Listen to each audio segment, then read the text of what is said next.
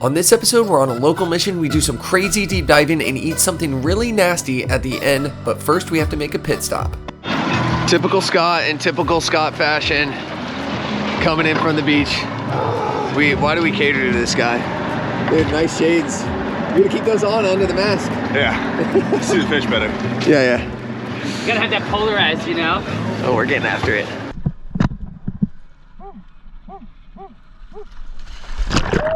Welcome back underwater and welcome to the voiceovers.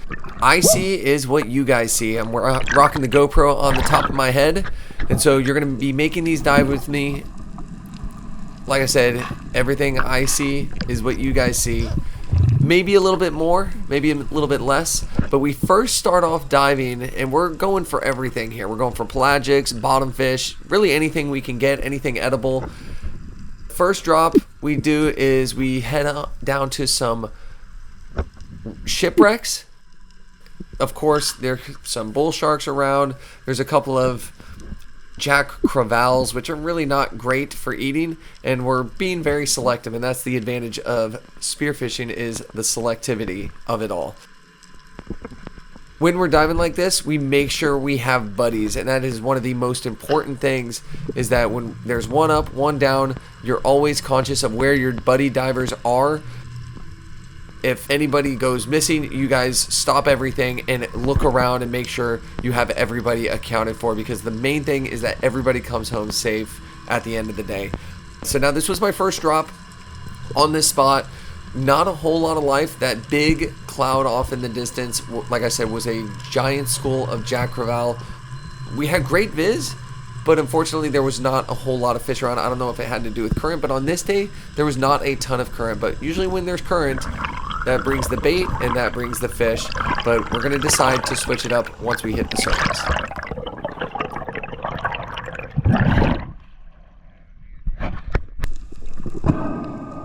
We actually didn't switch it up. I totally forgot. I did make another drop here, and I think it was a little bit after the wreckage. And there's a lot of times in what seems like barren wasteland, there ends up being actually some fish around.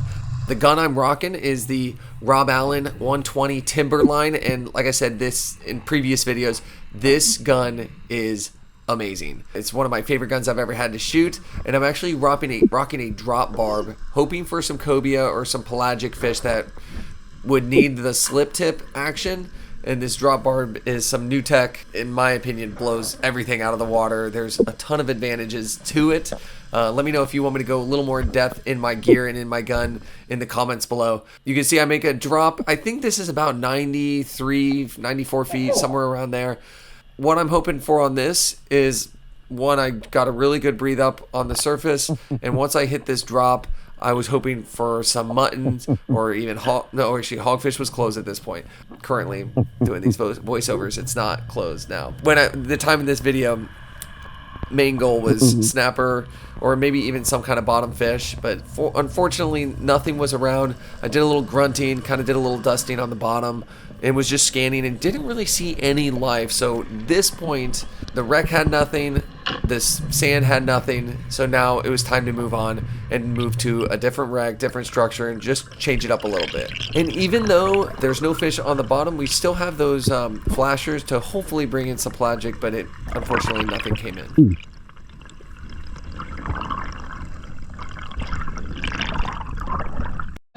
Alright you guys, our first spot was kind of a bust.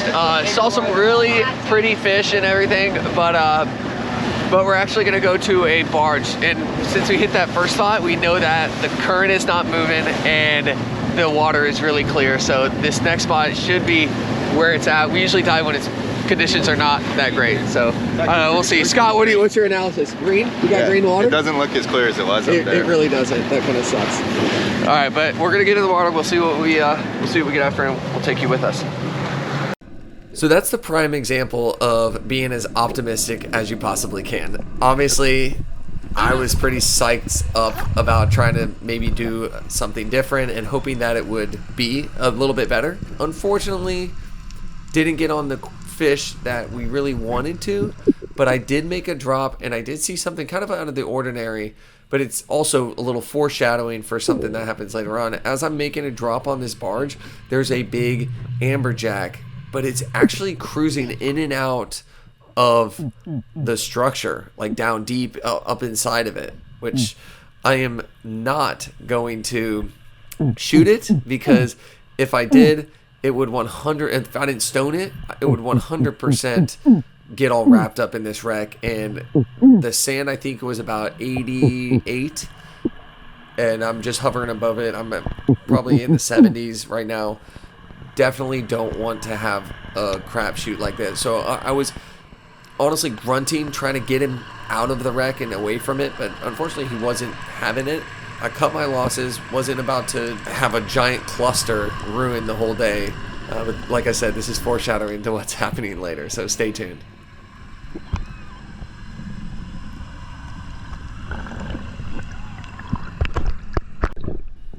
After that shallow stuff, we decided to go a little bit deeper. Again, we're rocking the flasher setup. You can see it dangling down there. We even have a little bit of chum with us to kind of bring in the fish. With the fish, sharks might come, but also with the sharks, cobia might come. At this point, we're really hoping for anything we can take. We haven't even put a fish in the box, and it's been well over 2 or 3 hours we've been diving. So we've been getting a little impatient. I make a drop here, looking at the chum. I see a barracuda, and then a nice school of rainbow runners come in, and I'm not seeing action, so I decide to pop one and hoping that might bring in some action. Landed a decent shot, and when I pull this guy in, he actually swims right to me, almost like gets everything tangled. Actually, he does. He gets tangled up on Scott's gun. And our main thing is we just want to brain this fish so it's stop struggling and we can actually get everything all sorted out.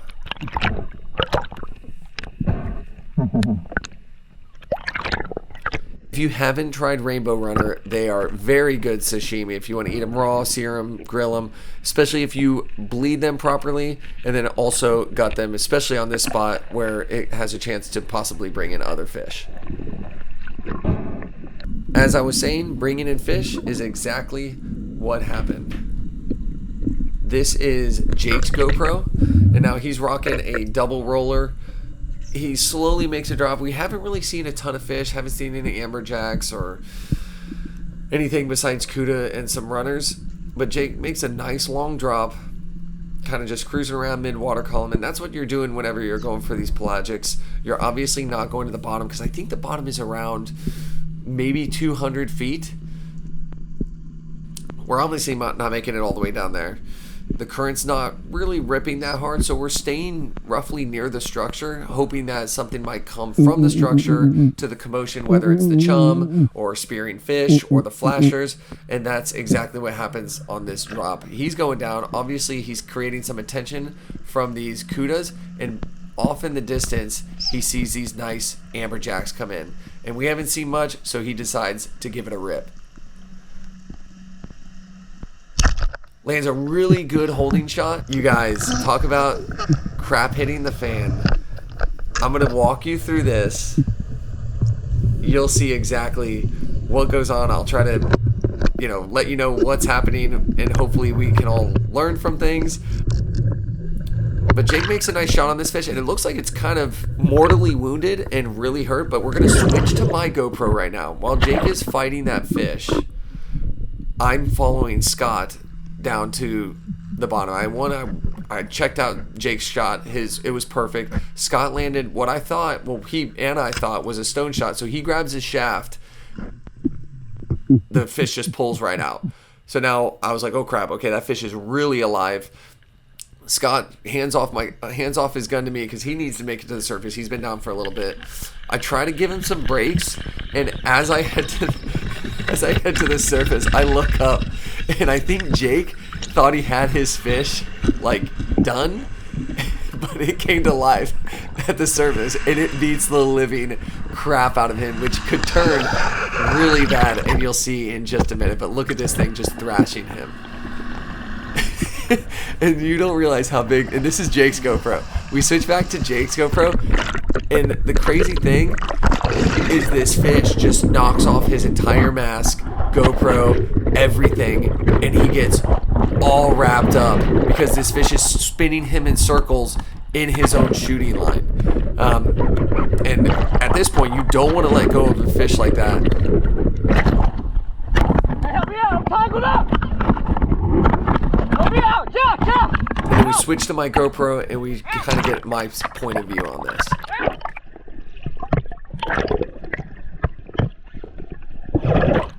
I got you. I'm out. I can't see. Get the fish up, help me up, I can't see. Hold on, I got him. Here, throw your mask on. I got you. I can't, my GoPro's stuck. Pull the fish up. So now you can see how dangerous that can be. And luckily, John put another shot in the fish to really slow it down, and you have 2 points of contact where you can pull the fish up. You okay? Yeah, I'm good.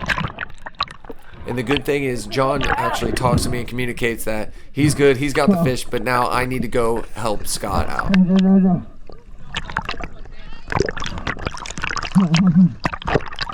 Jack, can you help him and I'll help?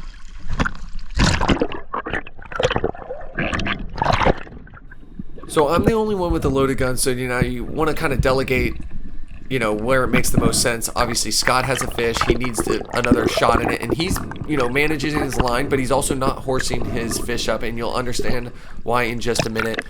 Where the fish, this thing was huge, and you'll see why Scott wasn't really putting the brakes on him right now. Don't put that much pressure on the reel. I don't want it to pop off the reel. Okay. If you're gonna pull from the line, the reel. So honestly, if we could go back, this was the mistake that we made. We should have just said, screw it, we're gonna horse him up. It's either that or, the fish is gonna get sharked or something like that. But we haven't really seen a ton of sharks, so we weren't worried about that. But there was something else we should have been worried about, and you'll find out in just a minute why. But this thing just keeps on taking line, keeps taking his gun even farther and farther down, and it was crazy powerful. Of course, the fish seems like it got stuck in something. Oh, it's strong. He might be in something. Yeah. Like dead weight. Yeah. So realistically, we would just rip up the line as hard as we could. There was something a little more to this scenario, and like I said, we're in like 200 feet, so we gotta figure something out. So I make a drop, I go to Scott's gun, I grab from the line, just straight from line to the shaft, and I start yanking up, and I'm like, this thing is stuck. So I go to the surface, I end up at one point asking where the wreck is, and the boat says we're right on top of it. I think we should have horsed him. Yeah, pull him from the boat then probably, bro. We can't get, his gun is still down. Watch out. It's on his belt reel. Oh, shit. Yeah. Scott, The gun is like 15 feet under the surface. what do you want to do? You want to tie off to your, I can tie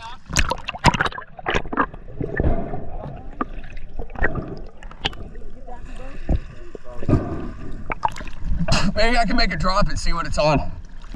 Now here goes my first drop and attempt on this fish. The good news is we know the current isn't really moving much. We know that the line goes right to where the problem is. So all I need to do is make a drop to where I can see what's going on. And I don't think the GoPro does a really good job of seeing it because it's a wide angle view, so everything looks a lot farther. Realistically, it looks way closer from my eyesight point of view.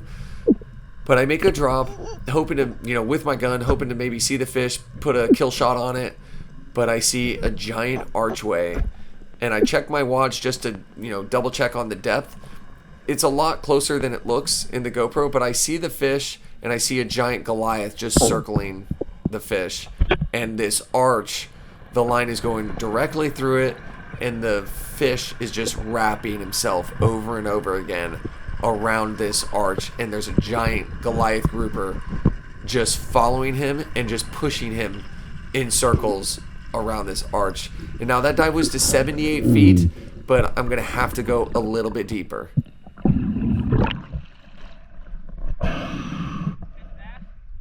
There's like an arch, and he went through the arch, and there's a Goliath just spinning around him on the edge of the arch.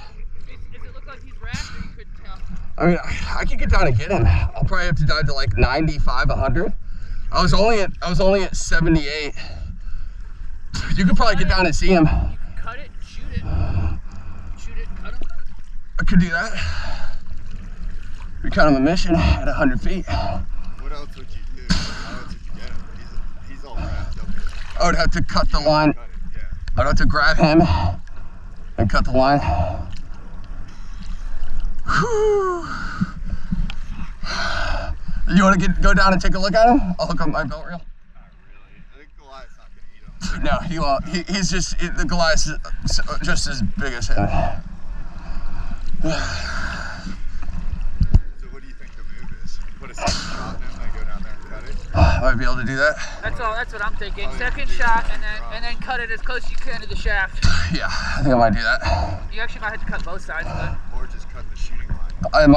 I would cut. Oh wait, no, you have I don't know. That'd be hard to do. do you want cutters? No. that'd be a lot easier than a knife, probably. Yeah. Quicker. Straight up and down, straight down. I have dikes. It's not too far. It's not bad. The top of the wreck is probably at like 85 where he is. Yeah. Can you look at So, do you want to take a dive and look at him? It's pretty cool. Boy, was I ever so wrong with those guesstimates on distance. So Scott made a quick drop. He went to like 60 feet and he said, came up, he couldn't see much. He said he was too exhausted from chasing the fish around. I kind of had it in my mind. I was going to go down, shoot the fish, cut the line, and then come up with the fish and make sure I stone it whenever I shoot it. That did not go as planned. My goal was to get all the way down to the arch, try to get a shot on the fish, but as I'm going down to the bottom, I realized the fish kind of circled a little bit deeper, maybe 20 feet deeper than it was originally, and it wasn't at really the top of the arch. It was like maybe 20 feet farther deep. At this point, I'm starting to draw my knife. I already know the situation. I don't want him to have to make another dive down here. I know this is the closest I'm probably going to get to the line. I start kind of sinking, so I just sit on the arch, cut the line, and as I look at my watch, I realize I'm at 115 feet. So I probably would have had to go maybe 130 to get to the fish. As I was heading up, I saw all those jacks. I was contemplating shooting one. Realized not even close to a good idea. I knew I was down there for a little bit. I know my, O2 level was a little low. I could just feel it in my system, and I just didn't want to push myself. So packed my knife away, and I even called for John to kind of help assist me up, because there's no if he's there meeting me, asking for the extra help won't hurt at all. But yeah, quite a deep dive, and sucks to lose the fish like that.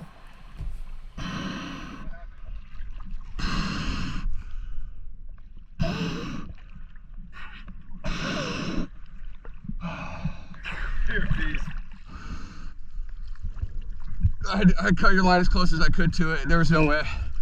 It's tangled. Those are 115. And he was 20 feet deeper. Yeah, you're fine. I knew that. Okay. It's deeper than we thought. When I saw him, I looked at Scott and I was like, it's deeper than he thinks. It's at least 120. You're good. You should have brought your fucking little torpedo things. That would have fucking helped. They're called subnados, dude. I cut it as close as I could. That's fine. I was on the structure. I was laying on the structure trying to saw it. Yeah. That thing was all wrapped up. He was all wrapped up, and he was like another 15, 20 feet deeper. Did you think And your line, your spear was through him and like down in the wreck. Yeah, I pulled my shaft through him. I should have left my shaft there. Yeah, it makes it hang on to him. I should I should have left my shaft there. I left you as much line as I could.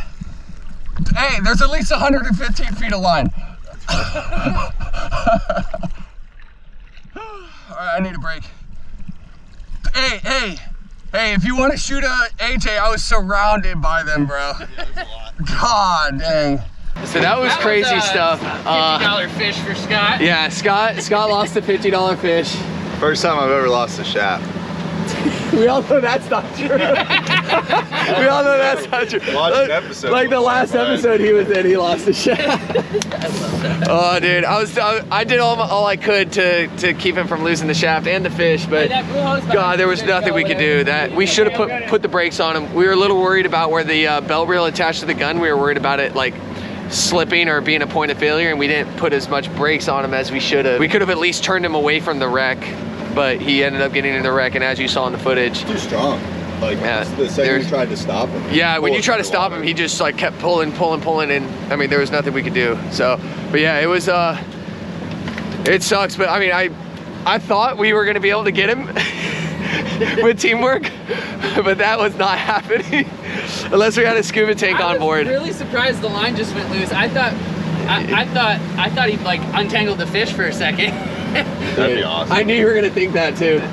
Yeah, I when I was down there, my goal was I was gonna put another shaft in the fish, and then cut the line, come up with the shaft and the fish, and like we would have basically Gotten everything back. Yeah, we should have gotten everything back, but once I got down there, I saw that the fish was, he must have moved a little bit deeper. I was at 114 at the top of the wreck. And I was sitting there, on the top just sawing at the line, and I just figured, I was like, you know what, it's gonna be a loss. I'm not gonna make another super deep. Like that? Dude, eat it.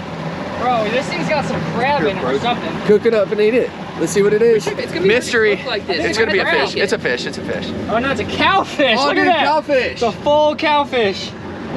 Hey, wait, there's more. Number 2, cowfish. Cowfish number 2. It's definitely another cow. I never would have thought they liked cowfish. Yeah, I would have never thought, yeah. That looks like that sucks to swallow. Yo, what? Dude, cowfish. Things are like rocks too, bro. I know, man, they're tough. They're tough guys. All right, Why would all it right, want hey, to release swallow them, that? catch and release. Catch and release, baby. Give him back. But yeah, that was, yeah, that sucked, but I had to make a split-minute decision. And catch and cook? you can do catch and cook with roe. Who wants to see I'm me? tempted. I want to try it. No, it's good. Roe is good. Not- Roe is good. I fry roe all the time, but like, it's hard to. How do you cook it when they're this Bro, big let's eat around? it. Let's eat it. Let's eat Bake it? Cut, Let's eat it. Cut it up. Let's eat it. Let's eat it. It's gonna like Let's fall eat it. apart, but yeah, let's eat it. Yeah, let's eat it. All right, let's go. All right, we're gonna. Hey, it's careful, precious cargo. Delicate. Babies. Dude, it's Little bigger than babies. Some babies. Jesus. No, you get it, and then no, it's actually really good. I hope this part of the fish. Yeah, you have strength of 1,000,000 fish. And so when I was down there, split-minute decision. I just had to pull my knife, and I was like, I'm not gonna be able to go another 20 feet at how deep it was already. I was contemplating shooting another jack on the way out, though. Honestly, that was going through my mind. I was like, I think I could do it. I feel like I'm good on breath. Hey Scott, can you hit that fresh? That was not gonna happen. But yeah, whew. So I'm pretty gassed. I want to shoot some shallow stuff. Let's go. Let's get shallow fish. I'm about that. Good job, Jake. Dude. Thank you, sir. I appreciate that. Yeah, you almost Appreciate y'all putting died. me on. I did almost fucking die. Almost died. So we were tired of diving that deeper stuff, so we moved to kind of a shallower area just to mix it up a little bit. Like I said, we haven't been seeing a ton of fish. We saw those AJs. At least we got one of them. It was a little sketchy of a situation, something you can learn from. Make sure you have line management. Make sure you get a backup shot immediately. Like I said, we didn't put a backup shot in that fish. We thought we kind of had it already, or Jake did, and the thing just came to life once it hit the surface and just beat the crap out of him. So he was pretty exhausted, but we all still wanted to dive. We wanted to get some fish for dinner, not just some smoked fish. This was a good mutton spot that I had in my back pocket. So current started to pick up a little bit. I went to this structure, kicked up some sand, lined up this mutton, and the thing somehow dodged me. I'm going to slow the clip down, but for some reason, I was waiting for him to turn broadside, and it just like was quartering away just enough for when I pulled the trigger, he just moved the opposite way, just a quickness enough, and I think I missed him by like a centimeter. Went from a headshot to a no shot at all on this fish. Today just might not have been my day. We got back on the structure. The current was moving a little bit, which means, which was probably why there was a little bit of fish here. Also could have maybe gunned down Went to a just a regular flopper shaft. But I hit this structure hoping for a cubera, maybe another mangrove snapper or mutton, something like that. But I go to the sand, do a little bit of grunting, do a little bit of dusting down at the bottom, and I'm just keeping my eyes peeled, hoping, like I said, a mutton, mangrove, something will pop up, at least something that I can fry up for dinner. And that's my goal, is just some kind of white flaky fish, hoping to get dinner rather than just the sashimi from the Rainbow Runner. I see some porgies, really some smaller snapper, but nothing really enticing. But on my way up, a nice mutton came in, turned back around, pursued this fish, and for some reason my shaft got caught on the piling there, and it went crossways, and the fish again ended up tearing off. It wasn't a great shot. I definitely could have aimed more mid-body. I shot really low, and hopefully that fish will be okay. But when I was on my surface, went over to Jake. Jake shot this nice mangrove, so we're going to switch to his GoPro, and you're going to take a look at this drop. Pretty cool shot, in my opinion. Actually, no, this was the shot before the mangrove from Jake's GoPro. And again, he's just making sure he gets all the fish today. He got that big AJ. He's gonna get a stud lionfish right here. And he actually, before this, I didn't know, but he actually shot another lionfish. So he's definitely bringing home some quality fish. Was a really nice mangrove, really cool clip of him. And he also does a little tactic that you guys might be able to use in the future. So check out his footage, drop on the mangrove right now.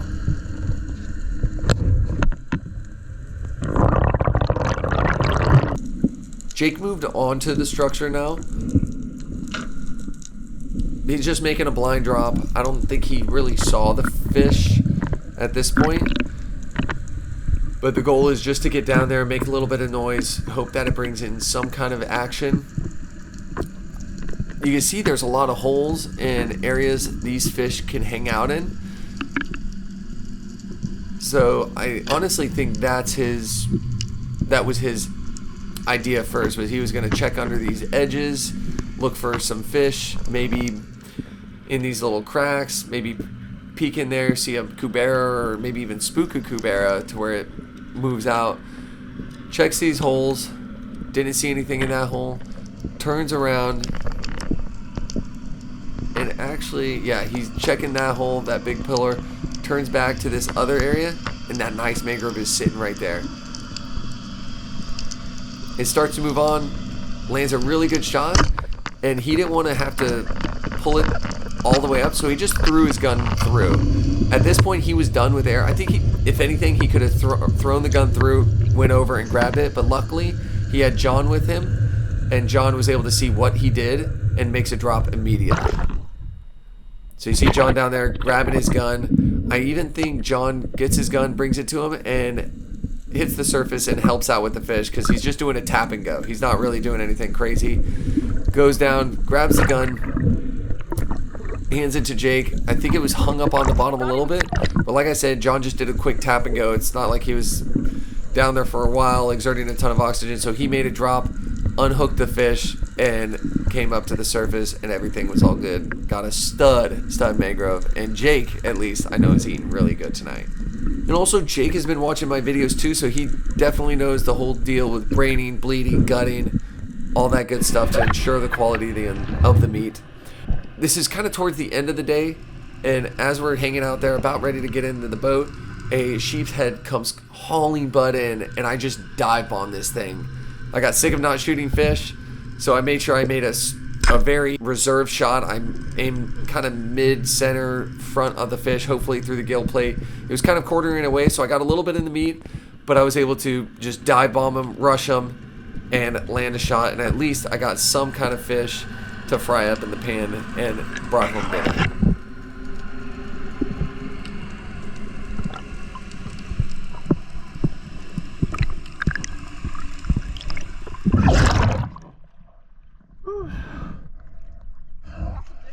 That's a big one. Trash fish did you shoot, Jack? Dude, trash fish? Trash fish. You got hit? Yep. You got whacked. Dude, All right. Jake just got whacked. Got whacked by lionfish. Which one? The little one? The little one got me. Yeah, dude. Damn, that shit does kind of Oh, sting. that's gonna hurt, dude. That shit's already stinging. Yeah, no, it's gonna just hurt gonna a lot. prob for like a day and a half. right, yeah. For a day and a half. While he was shooting his lionfish, I got this stud. That's a PB for me. Stud. What happened to his belly? Oh, you got Sheep's it? head. Yeah, I already got it in. I was gonna say. Yeah, that's a beauty. Yeah, just dive bombed him. I saw him rushing through. I knew he wasn't gonna run away, so I just dive bombed him. That's a good one. PB Solid sheepy. one, for sure. And then he shot a. Look at that! Oh, yo, you see that? Don't drop- biggest fish award. Dude, he's got. Look at him on. He's got it on his belt. Look at that one over there. Got a nice meg. Did you get that on video? I think so. Yeah. Nice. Hell yeah. All right. Well, we're gonna head in, and we'll see you guys at the play station.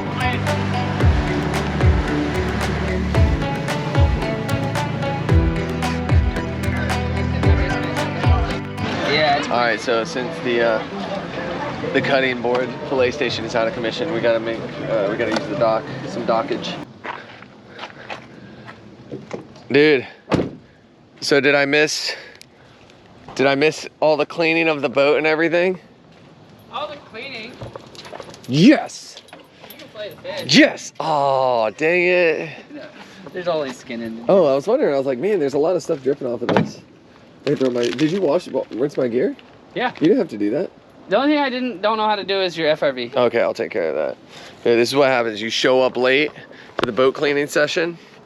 You get out of boat cleaning. Guys, do not take tips from this guy. This is how you get united. Yeah, that's how you get it done. John knows that it's hard to find somebody going 115 to try to save your fish. It's not my fish. Well, if it was your fish, I would have gone 115 for it. Now you know that. I know. Oh, dang. All right. Time to fillet the rest of that. Time to have some neutral. Let's get some neutral with it. We're gonna do something special for you guys. We weren't joking when we were talking on the boat about eating those fish eggs. This thing right here? Yeah, this thing. Let's check it out. Oh gosh. Oh god. Ooh, 5 man. pounds of. I think that it stays together, kinda.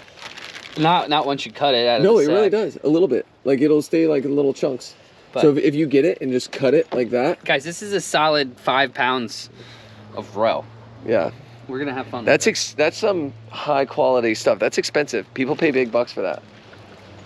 And we paid 1 spear shaft. Well, we didn't. Scott, R.I.P. R.I.P. Scott Shaft. his first shaft he ever did. Yeah, and I actually talked to him on the way over here, and he felt really bad, dude. He's About like what? about losing the fish, and just sucks wasting like that because it's not our intention, and we do the best we can. Obviously, we do the best we can, but the only other thing we could have done was have a scuba tank on the boat. That's really it.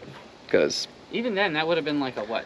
2-hour process, probably. yeah, that would have been a nasty process. But either way, we would have done it. If we had it, we would have. The current would have We would have done it.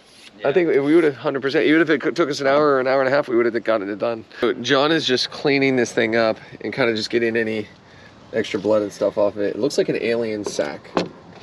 The embryotic sac. Yeah, it's like bleeding there. Yeah, it's just a pocket of blood. Yeah. All right. We're just mainly just gonna clean it up to where it looks somewhat edible. We want to eat the eggs inside. Better already. Yeah, it does look a lot better. I don't like those blood veins though. That's what I was saying. That side looks really good. But yeah, that's what it sticks together like this. Oh, well, yeah, but I think when you cook it, it's going to want to fall apart, but we'll try. No, it cooks together. All right, we'll see. John, I'm telling you. We shall see.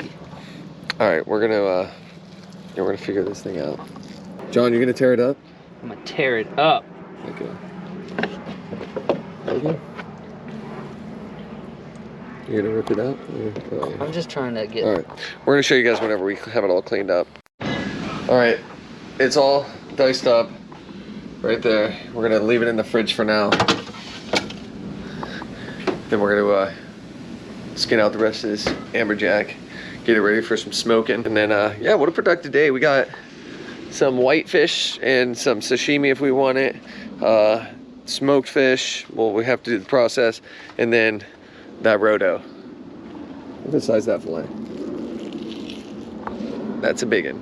Comment below if you can guess what the poundage of that AJ was. I mean, it was big. We were thinking like 60, 70 maybe. It was pretty big. Took up the whole cooler. But yeah, Scott's was bigger.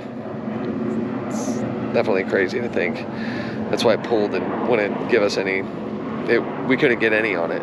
It was pretty gnarly. All right, we got some exciting news. We have no idea what we're doing with this rope, but we're gonna figure it out. We actually, this sack that's already kind of open, we're gonna butterfly that open and just kind of pan sear it. And then the other one, we're actually gonna disc it and like slice it into like little, you know, steaks. And we're gonna batter those up and just pan sear. Are we gonna blacken them both? I was thinking blacken them. I was trying to stay away from the carbs. So. Yeah. All right, we're gonna blacken them. We're gonna blacken them both, and hopefully they cook all the way through. They have some goodness to them.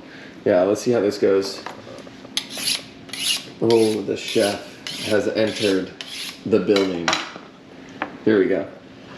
So we're just gonna continue because this rope kind of sticks to the sack on the outside. So just go all the way down. Wow, yeah. That's a giant sack. Oh my God. What are those? I don't know. It's probably crap from. All right. Yeah, probably from cleaning it. Oh yeah, it looks like. Yeah, get them out of there. Yeah, it doesn't look like anything. All right. Wow, look at all that roe. Holy crap. I hope you feel happy. Jake, I hope you feel happy killing so many babies. That was a lot of babies, but realistically, like only like a tiny amount of those would survive. So. I don't know. There were a lot of AJs down there. Yeah, there was a lot of AJs. They're not hurting. You saw from that footage. It's pretty wild. Yeah, look at this. It's like a giant pancake. We're doing pancake roe. This is gonna be awful. I bet it's gonna be awful. Roscoe. Roscoe, you want to test it? Test it for us. All right, he says it's good. It's good. All right, that's the test. Dogs are really picky eaters. You guys know, dogs are super picky. So, yeah, most likely it's gonna be good. It's like the texture is weird. I love it. Yeah, it's like it's not. It's almost like it's buttery. You would think it's like eggy, like just mush, but it's not. It kind of sticks together. It's like layers. You remember what was that stuff like gack? Like I think it's gack, right? The like bubbly. I know what you're talking about. Like, yeah. Play-Doh, it's like stuff. yak. What is it called? I thought it was gack. We'll look it up. I'll look it up and I'll link it. I'll put a link in the description. Yeah. Link in the description if you want to buy. If you want to see what this feels like, just buy some of that stuff.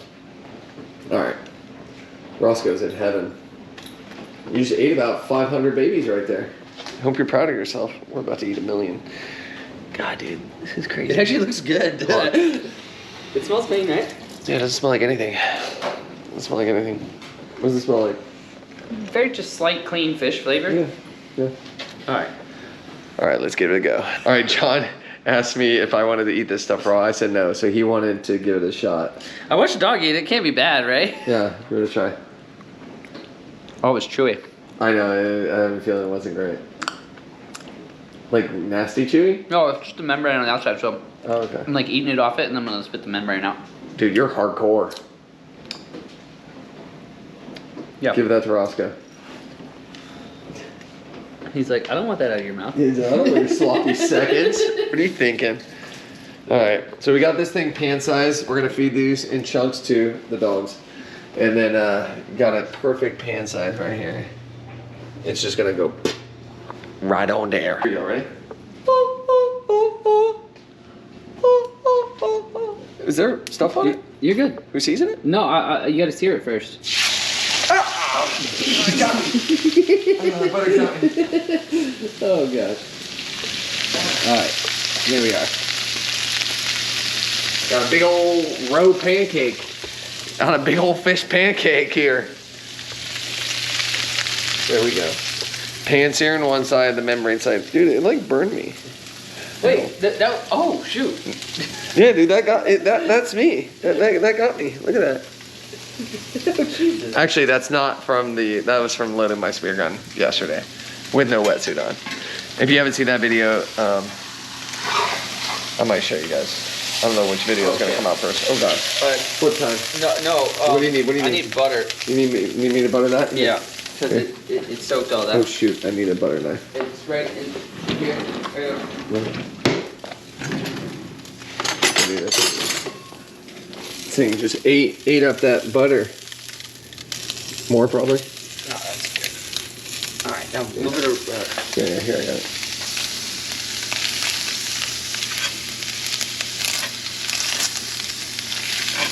Chicken cracker. There you go. That'd be good, man.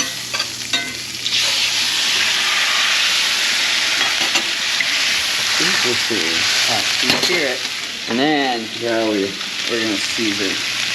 Will you flip them? Yeah, we're gonna flip it again. Cut another piece of butter just in case. Yeah. Yeah, that thing kind of ate up the butter pretty quick.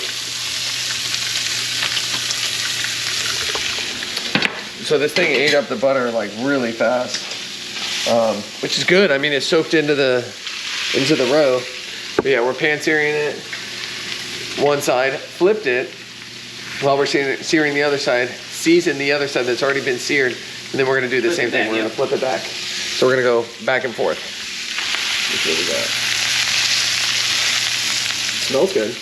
Yeah, it does. Smells like blackened fish. Millions of them. That's probably is millions. Yeah, it's gotta be millions. Hundreds of thousands or millions. Because it looks like meat. It literally looks like ground beef. All right. You need butter? Yep. It's sticking a little bit, but that's all right. You don't want to use the knife and get it off? No. You don't like putting metal to your cast? Cast iron, I don't mind. I just don't think it's gonna matter. It's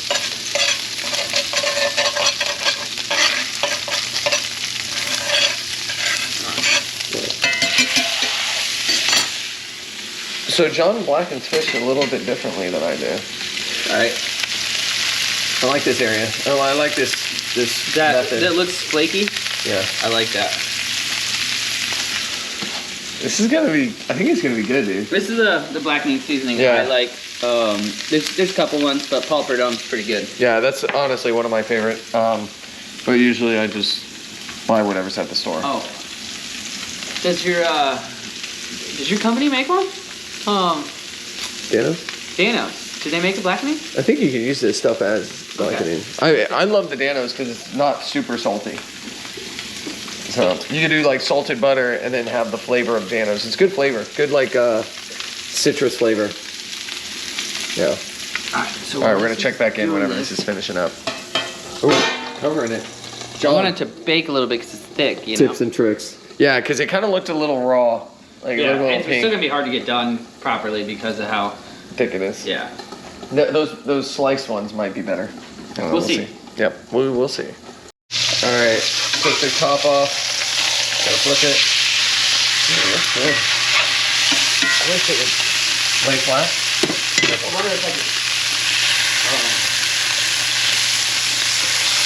it lay flat.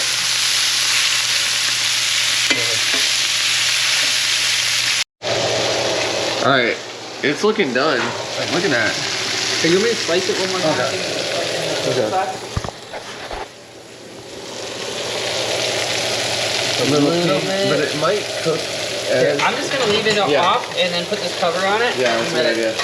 Let it sit there and rest a little bit off the burner. That's gonna be good. It smells really good.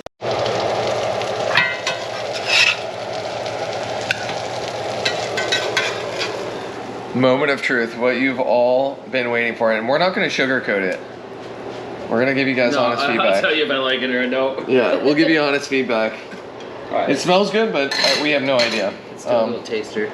Yeah, we're gonna taste test it before we sign off here. What do you think? I think it's delicious. Is it? Oh, dude, try this. Hopefully it doesn't make my SIG act up. Oh, you can get all the sig from this. I just don't want it to be hot. I want to enjoy my experience. It's fresh off the pan.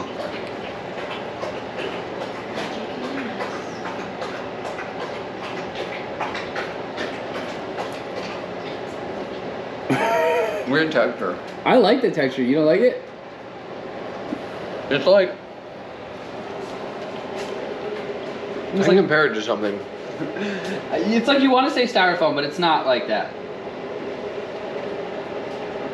Honestly, what it looks like is what it tastes like fluffy eggs. But it's seasoned eggs. It's not bad. Yeah. I don't know if I'm gonna be able to eat that for my entire meal. I might have to cook some blanking some of the other fish. Be nice. But yeah, not bad.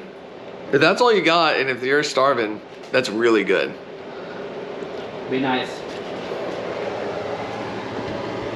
I don't think that's it. Yeah, not bad. It's not fishy.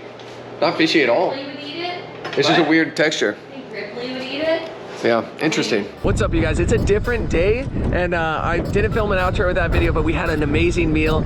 Those fish eggs were pretty wild, but we are out here doing another adventure. We got another YouTuber, Braden Shear, and if you've never seen his stuff, check it out after this video. And this video will actually drop next week. So you guys, thanks for following along on this adventure. If you're new to the channel, give it a subscribe. If you like this one, give it a thumbs up. And like always, I'll see you next week for another adventure. Later.